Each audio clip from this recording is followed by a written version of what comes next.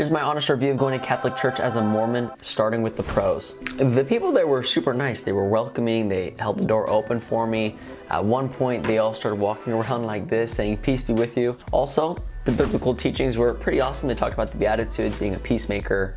But the biggest thing that was a pro for me was the devotion of these Catholics.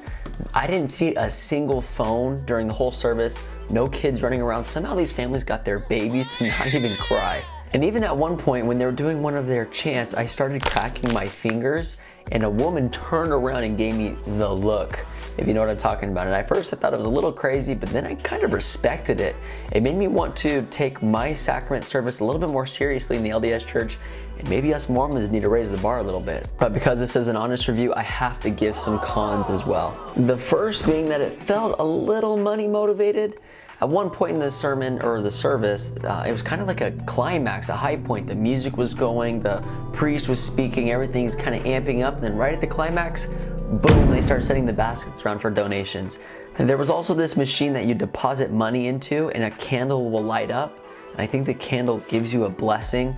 And there's also a store where they're selling books and statues. And I don't know, I just feel like having a cash register at a church is just different to me. And the other con is that it felt a little gloomy. The vibes were not the same as my church that I'm used to, and it kind of felt more like a funeral than anything else. Up at the front, there's a statue of Jesus Christ, and he's stripped and bleeding from his wounds. And the lighting in the whole place is a little bit darker. It just didn't feel super uplifting and light. But I actually think that this is the vibe that Catholics are going for.